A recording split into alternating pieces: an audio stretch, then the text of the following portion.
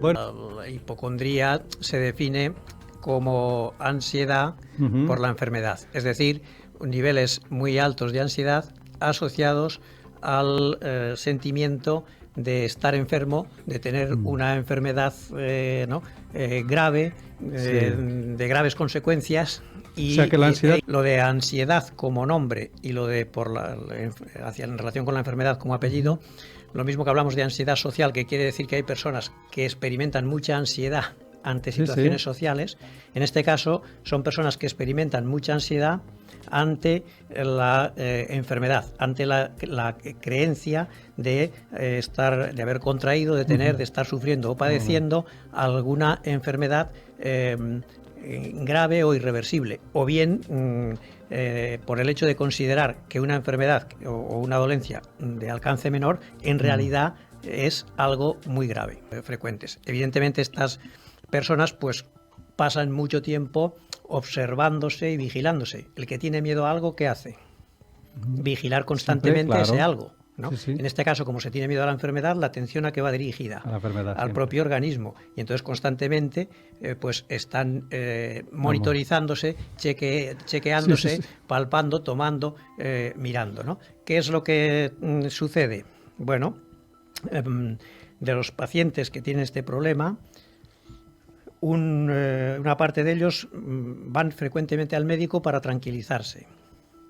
Ellos tienen la duda de que tienen, o casi la certeza, mientras no se demuestre lo contrario, que tienen una enfermedad, entonces van al médico que tras las pruebas convenientes pues les certifica que no.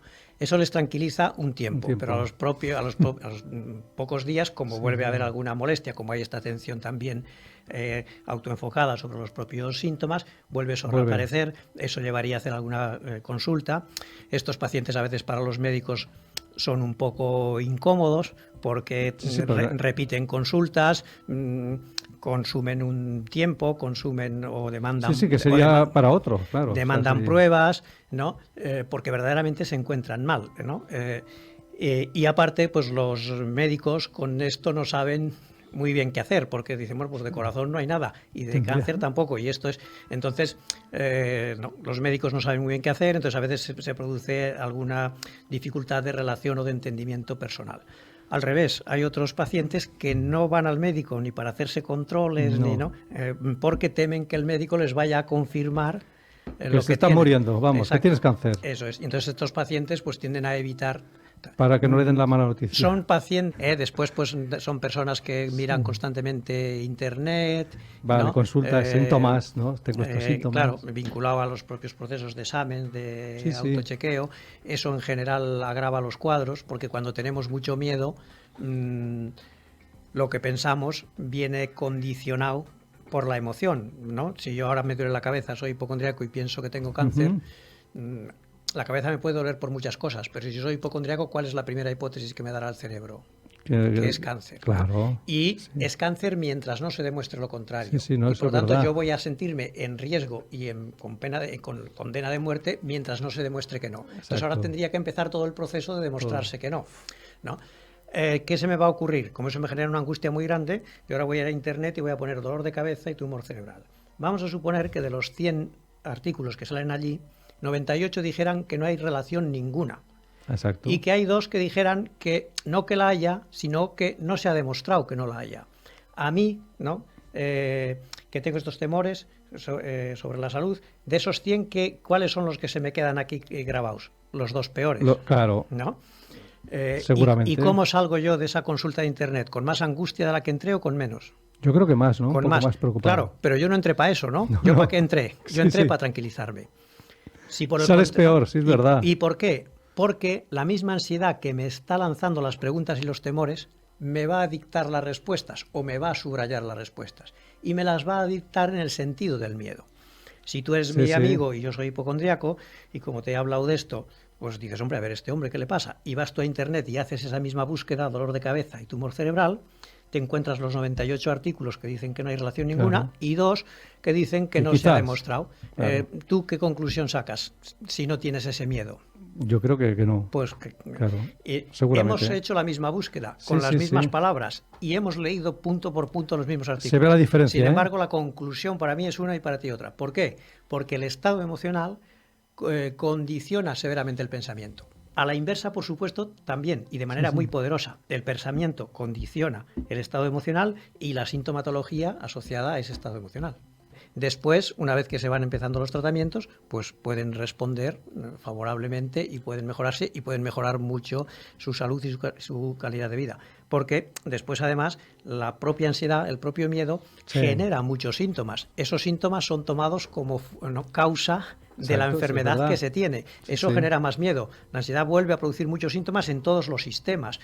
Y esos síntomas son de verdad. Entonces, son interpretados como indicadores claros y fidedignos de que se tiene algún tipo de trastorno grave en algún sitio, ¿no? Y tanto más grave que no se da con él y que como no se da con él, no se le está pudiendo atajar. Vamos. ¿Y eso cómo empiezas a notarlo? Pues imagino que te da un proceso o te viene de golpe.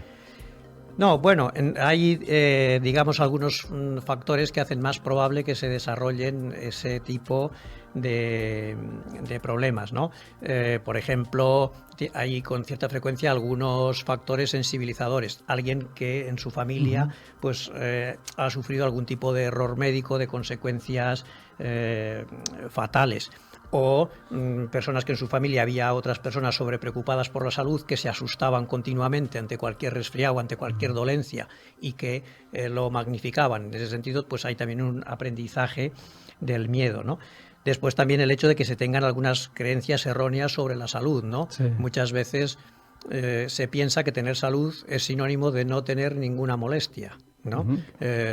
Cuando la salud es perfectamente compatible con tener diversas molestias y con tener alteraciones, digamos, menores, ¿no? Entonces hay una serie de creencias que también infunden eso.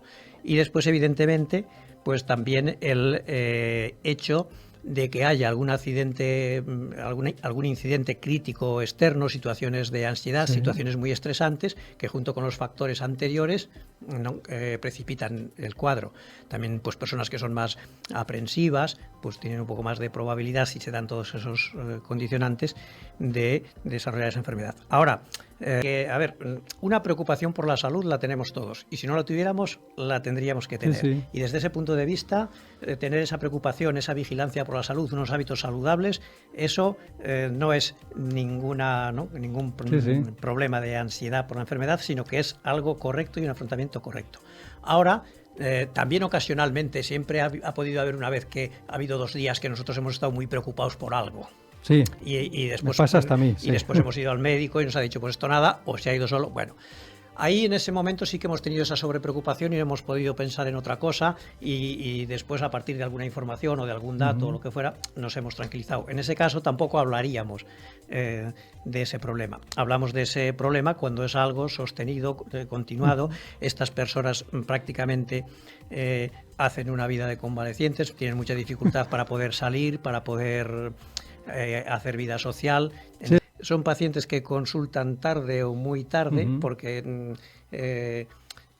ellos en su razón y en su convencimiento de lo que están convencidos es de que tienen algo físico y orgánico, solo que nadie les cree o nadie lo ve o nadie lo diagnostica. Y por algunas cosas que les han pasado en su historia o que han conocido, pues encuentran eso justificado. Entonces tienen un sufrimiento muy grande, pero con ellos mismos, con los de personas del entorno, pero les cuesta mucho consultar, también porque piensan que es que entonces se lo inventan, que no es verdad que se lo inventen, claro. O que es que están locos, o que no les pasa nada y quieren llamar la atención.